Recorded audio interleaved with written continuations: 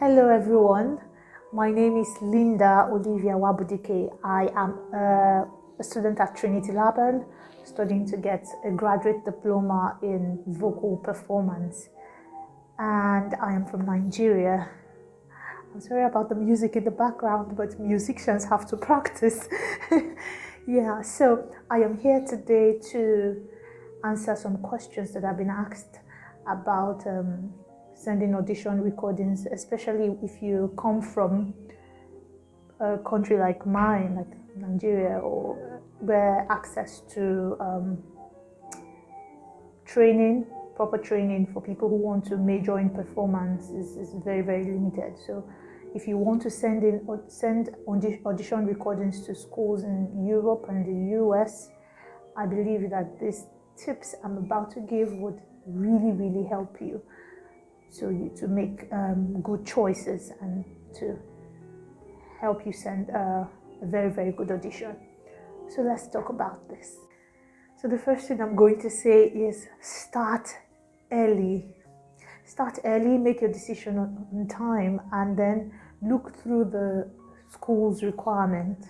But they always have what they want you to audition with, and let them know you are sending an audition via recording. If you want to travel, that's fine. But I know most of us, especially people like me, we had to send audition recording, so you have to let them know you're sending a recording, and then you have to get a teacher. This can be very, very difficult. I know. Trust me, I know you might be thinking, how will I pay this person, and how will I do it, how will I get the proper teacher for my instrument, and so on and so forth. Well, I would advise that there are ways around it. Things I did, I made a video of me singing, and I sent the recording to various professors, local coaches in the schools that I wanted to apply to. And I got responses. Like, I just asked for their opinion. So I let them know I intend to audition for, okay, like you want to audition for an undergraduate program. I want to audition for an undergraduate program. What do you think about my playing, or do you have any advice?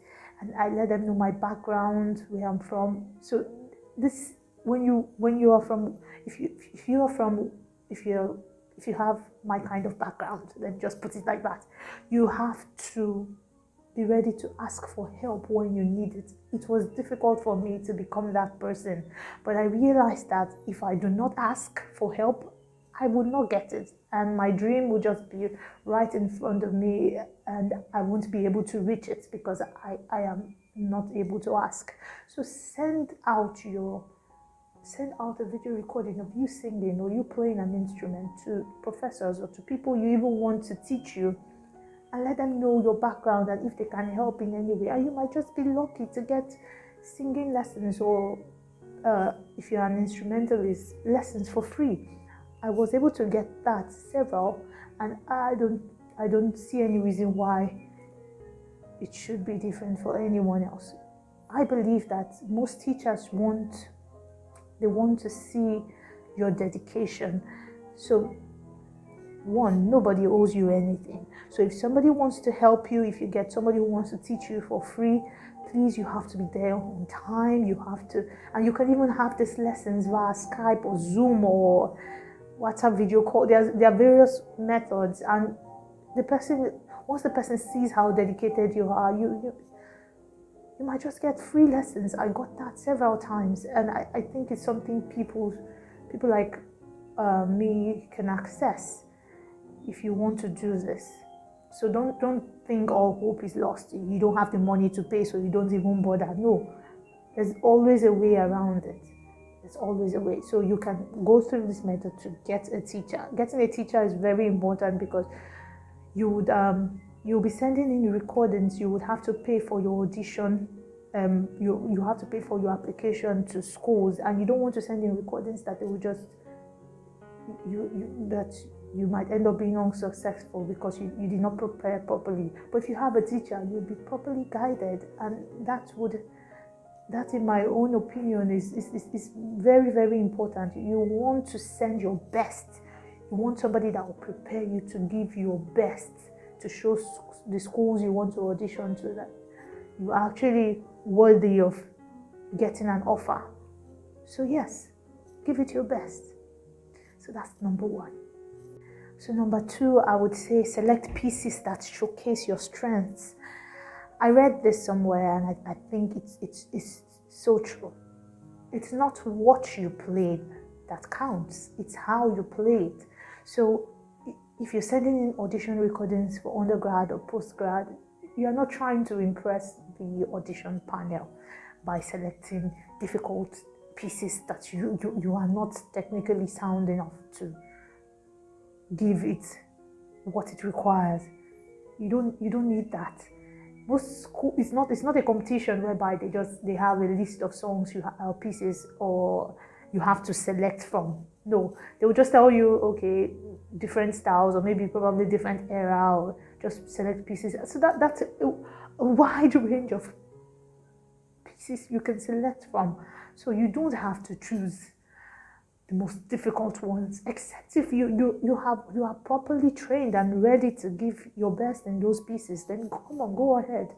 But if not, if you're still learning, if you still have a lot of work to do, and this is where your teacher comes in, because your teacher will probably be able to, which definitely be able to give you advice on how to select pieces that will showcase your strength. And it's what you need. That's what schools want to see. They want to see, oh, he has a good tone, he has a good sense of rhythm, sense of musical style, and this they will see this when you choose pieces that you can actually do, that you are ready for, that you're vocally ready for, you're for an instrumentalist, that you're ready to play. So you have to choose pieces that you and your teacher are sure you can work on and give and be almost the 100%. You can't be perfect. There's no perfect audition recording or perfect performance. But you have to at least be very, very good at it, because there's so many things to work on. As a vocalist, you have to work on the diction, you have to work on intonation, so many things. So you don't want to choose pieces that would set you at a disadvantage. You want to choose pieces that you know you can do at any time and at any day. You understand what it means if it's not in your native language.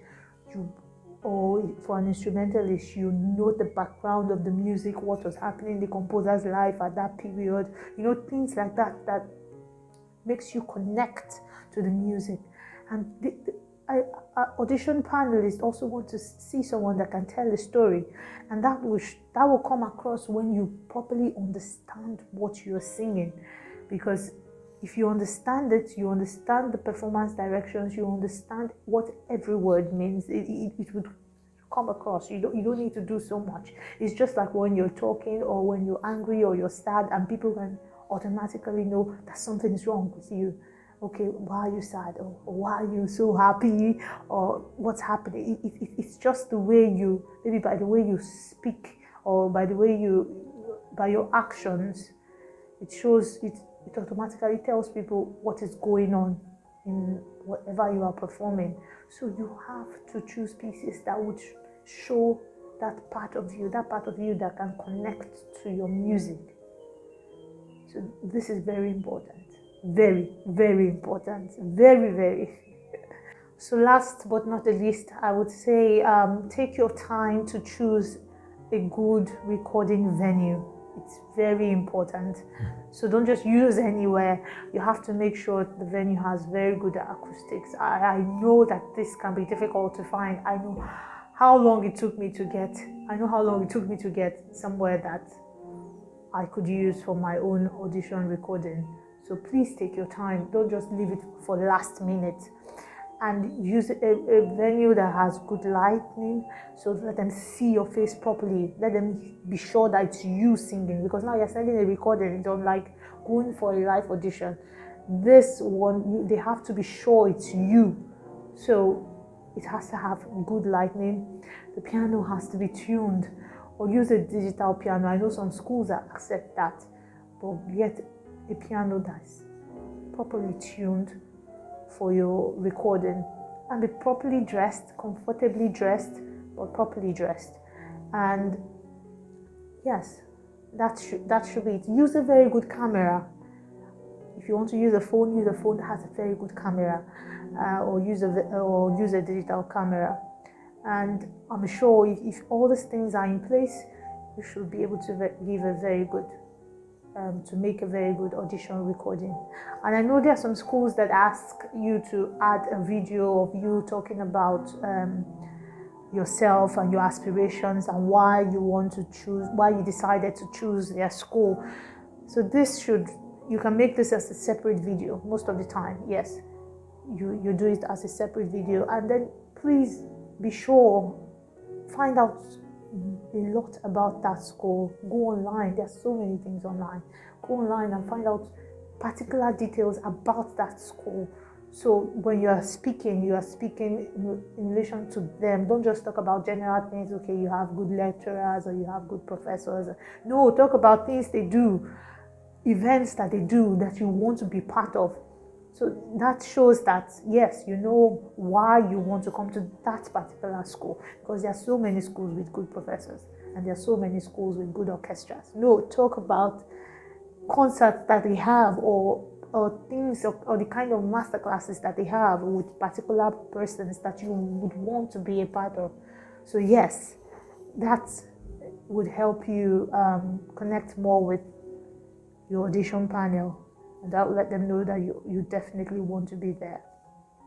So, if you have any questions about this, or you want me to talk deeper and talk more about some other thing, kindly you can send me an email to linda.olivia@gmail.com, or you can message me on Facebook, Facebook Messenger, or on Instagram.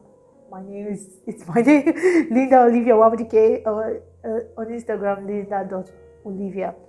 So you can just find me there, and I will try my best to help in whatever way I can.